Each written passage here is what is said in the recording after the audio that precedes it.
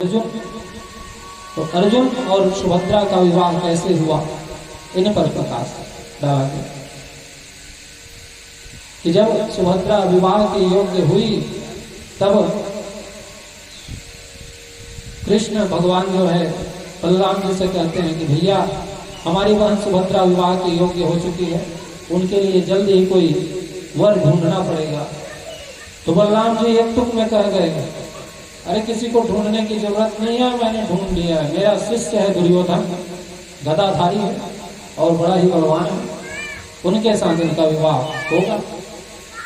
अब कन्हैया चाहते थे कि इनका विवाह जो है अर्जुन के साथ हो, लेकिन भैया की बात को भला कौन टाल सकता है। कुछ नहीं बोले, शांत रहे। कन्हैया ने कहा, बोले कुछ अलग ही खेल रचाना पड़ेगा, तब जाके बात बनी।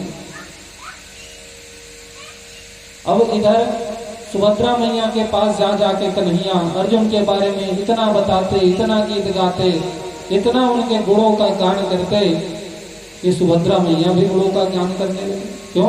क्योंकि कोई भी व्यक्ति आपके पास आकर किसी इंसान की इतना प्रशंसा करेगा, इतना प्रशंसा करेगा, जब ज्यादा ही प्रशंसा होने लगेगा तो आपके मन में भी आकांक्षा होगी कि कौन वो इंसान है जिसके बारे में इतना प्रशंसा कर रहे हैं, जरा उनसे मिलना चाहिए।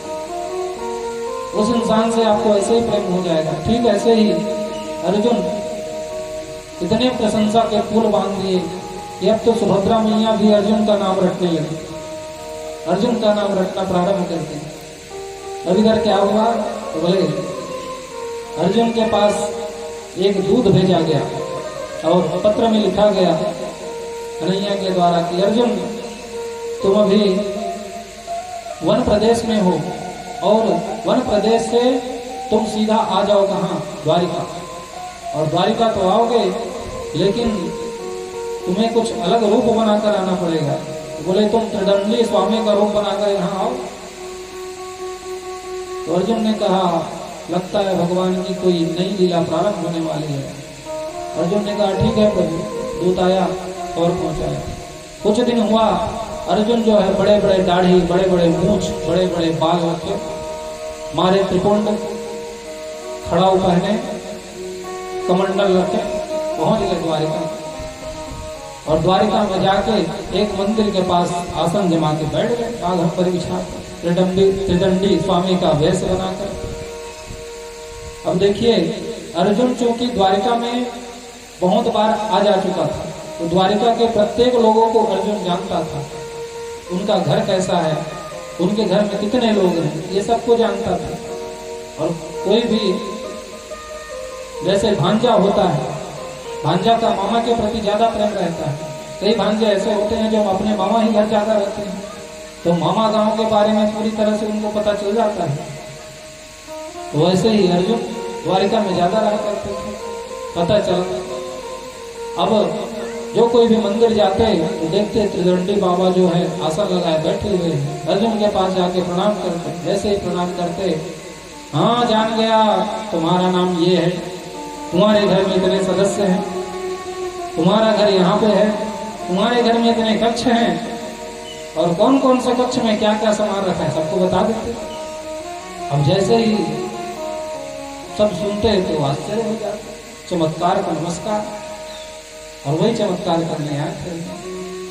तो अब तो फिर भीड़ लगने लगी धीरे धीरे, जो भी आता सबके बारे में बता देते, तुम इतने भाई बहन हो जी, और तुम्हारी बहन ब्याह होके यहाँ गई है, और तुम्हारे घर में ये सामान, ये जगह है, सबको एकदम सही सही तरीके से बताते।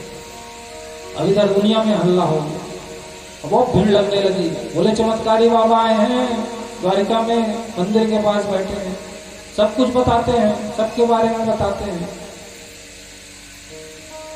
भगवान कृष्ण जब सुने चमत्कारी बाबा आए हैं, चमत्कारी बाबा आए हैं, भगवान कृष्ण मुस्कुरा रहे हैं, बोले लीला जैसा चाहा वैसे ही चल रही है। अब इधर बलराम जी के कानों में जब पड़ा कि कोई बाबा आए हैं, तो बलराम जी जो है सुभद्रा मैया को लेकर के जाने लगे। जैसे ही बलराम जी को अर्जुन देखे सब पका गए, बोले कहीं पहचान लिया तो बचने वाला नहीं है, हल और मुसल हमेशा साथ में रखते हैं, कहीं से भी ठोक देंगे। लेकिन त्रिदंडी स्वामी बने थे तो थोड़ा साहस भी दिखाए और बलराम भैया जाके प्रणाम किए। हाँ हाँ, आशीर्वाद आशीर्वाद, मैं जानता हूँ तुम किस भाव से आए हो। बलराम जी को कहने लगे, मैं जानता हूँ तुम किस भाव से आए हो, तुम बड़े चिंतित हो अपनी बहन के विवाह के लिए, बड़े चिंतित हो, और इनका विवाह अर्जुन के साथ होना चाहिए। तो बलराम जी ने कहा, अच्छा प्रभु, ये तो मैंने सोचा ही नहीं था, चिंतित तो हूँ बहन के लिए, विवाह के लिए, लेकिन अर्जुन के साथ विवाह होना चाहिए ये तो मैंने सोचा ही नहीं था। लेकिन ये बात को आगे भविष्य के लिए छोड़ देते हैं। क्यों? क्योंकि जिनका विवाह जहां लिखा रहता है वहीं होता ही है। अब भगवान ही जानेगा कि सुभद्रा का विवाह किनके साथ लिखा हुआ है।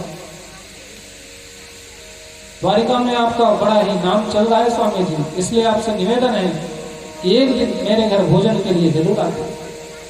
तो अर्जुन कहने लगा, वैसे तो हम किसी गृहस्थ के घर जाते नहीं हैं, क्योंकि हम स्वामी त्रिदंडी स्वामी, लेकिन आप इतने जिद कर रहे हैं तो आपके घर आ जाए। बोले ठीक है। पर अब फिर क्या था, दूसरा दिन जैसे ही अर्जुन जो है आए द्वारिकापुरी में, और आकर के जैसे ही अंदर घुसे तो भगवान कृष्ण ने कहा, बड़े भैया आप जाके आराम कीजिए, इनकी सेवा मैं करता हूँ। बोले आइए ब्राह्मण देवता, आइए आइए। अंतःपुर में ले गए और अंतःपुर में लेकर सुभद्रा को कहे कि सुभद्रा भोजन तैयार करो, त्रिदंडी स्वामी आए हैं, भोजन पवाना है। सुभद्रा ने कहा ठीक है भैया। जैसे ही सुभद्रा भोजन लेके आई तो भगवान कृष्ण वहीं बोले कि देखो स्वामी जी, मुझे थोड़ा सा काम है, मैं यहाँ से जा रहा हूँ, थोड़ी देर में आ रहा हूँ। सुभद्रा को कहा, सुभद्रा ख्याल रखना बाबा जी का, अच्छे से भोजन कराना। सुभद्रा ने कहा ठीक है। अब भगवान कृष्ण वहां से निकल गए। अब कक्ष में बचे कौन? सुभद्रा और अर्जुन। अब जैसे ही भोजन परोसते हुए सुभद्रा उनके मुखमंडल को देखी तो सोचने लगे, ये चेहरा तो मुझे देखा देखा सा लग रहा है, देखा देखा सा लग रहा है। जैसे ही पास कहीं अर्जुन तो नहीं। उसके बाद सुभद्रा ने सोचा, नहीं नहीं, शायद आजकल मेरे मन में केवल अर्जुन का ही दर्शन हो रहा है, इसलिए मुझे लगता है कि अर्जुन होगा, लेकिन नहीं है। लेकिन फिर सोचने लगी, मुझे लगता है ये अर्जुन होगा। भोजन परोसने के बाद सुभद्रा मैया जो है द्वार के पास गई और द्वार के पास छिप करके बोली, ए अर्जुन। जैसे ही बोली वो त्रिदंडी स्वामी जो है इधर उधर देखने लगा, कौन बुला रहा है मुझे। अब समझ गई सुभद्रा कि ये तो अर्जुन है।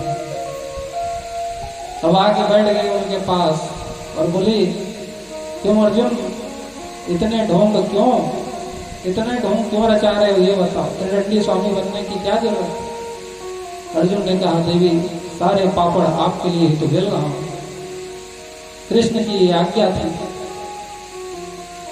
तो बोले अच्छा ठीक है, फिर कल मंदिर में, कल मंदिर जब मैं आती हूँ तो वहीं फिर मिलते हैं।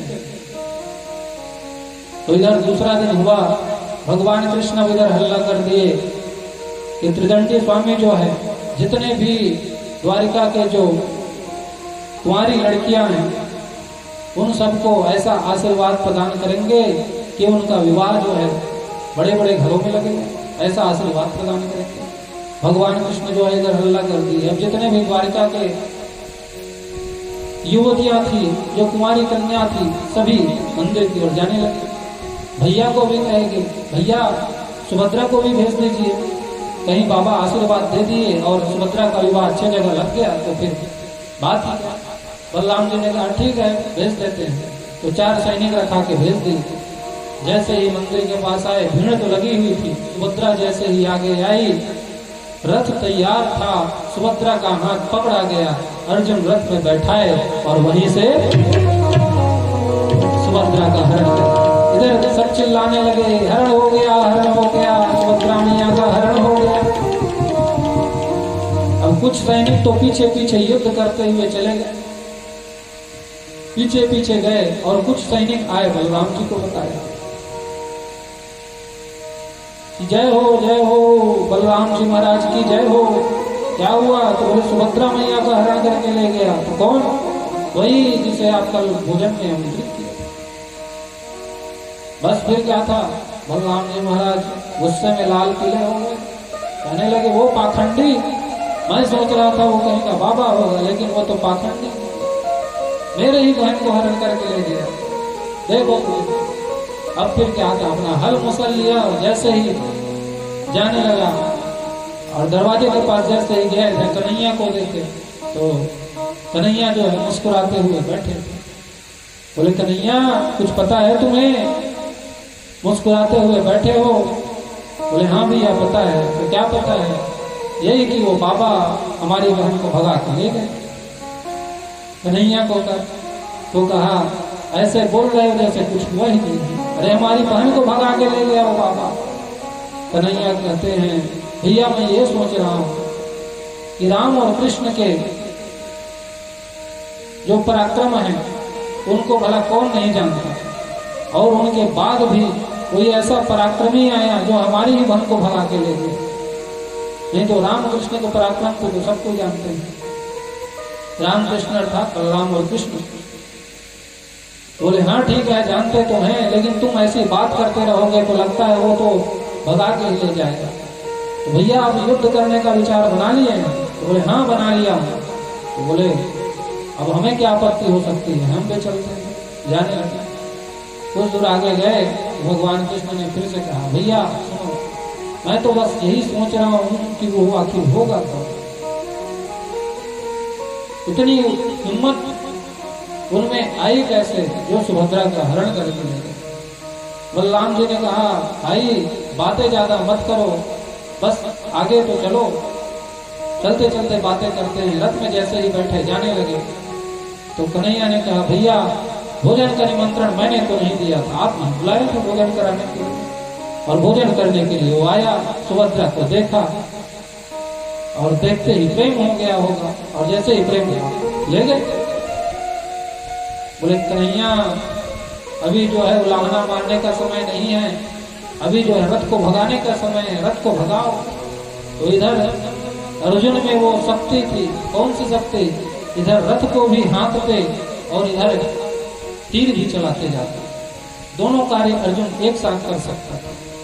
रथ को भी हाँकता और तीर भी चलाता, दोनों कार्य एक साथ करता। सुभद्रा मैया जब उनके कार्य को देखी तो बड़ी ही गदगद हो गई, और सुभद्रा मैया ने कहने लगी कि अर्जुन सुनिए, मेरे भैया ने मुझे रथ हाँकना सिखाया है, घोड़ों को कैसे चलाना चाहिए सिखाया है, इसलिए आप इधर तीर चलाइए और मैं रथ को हाँक रही हूँ। सुभद्रा मैया आगे बैठ गई और रथ को हाँकने लगी, इधर तीर चलाने लगे अर्जुन। इधर पीछे से भगवान कृष्ण और बलराम जब आए, अर्जुन देखे तो डर गए। बोले बलराम जी आ रहे हैं, बचने वाला नहीं। पीछे से कृष्ण ने इशारा किया कि मित्र धैर्य रखना, मैं सब संभाल लूंगा, तुम बस धैर्य रखना। अब इधर देखते हैं और देखते ही भगवान कृष्ण ने बलराम जी से कहा कि भैया जरा ध्यान से देखिए कि वो जो महात्मा है, जो साधु आया था, वो रथ को भगा रहा है कि हमारी बहन उसे भगा के ले जा रही है। तो सुभद्रा मैया रथ को हाँक रही थी, तो जैसे ही देखा बलराम जी की बुद्धि खराब। बोले क्या हो रहा है, हमारी बहन को आखिर क्या हो गया?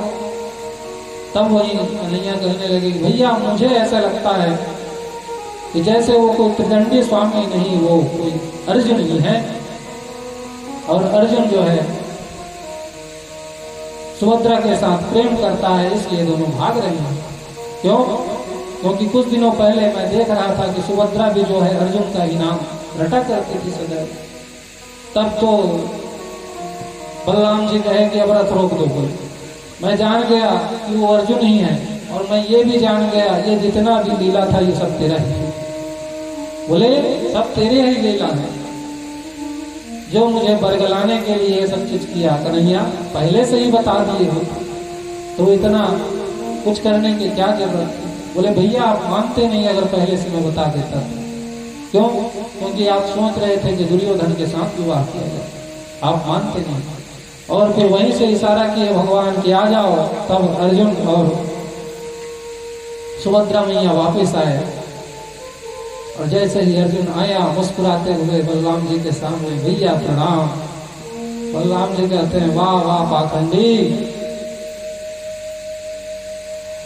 बोले भैया मैं तो सिर्फ एक नाट्य कलाकार हूँ और नाट्य कलाकार का जो रस्सी होता है वो तो भगवान के हाथों में होता है, मैं तो सिर्फ वही करता गया जो भगवान कृष्ण ने कहा। फिर इधर आए और सुभद्रा और भगवान कृष्ण का धूमधाम के साथ विवाह हुआ। बोले वृंदावन बिहारी लाल की जय हो, श्रीमद् भागवत महापुराण की जय। तो इस प्रकार सुखदेव जी महाराज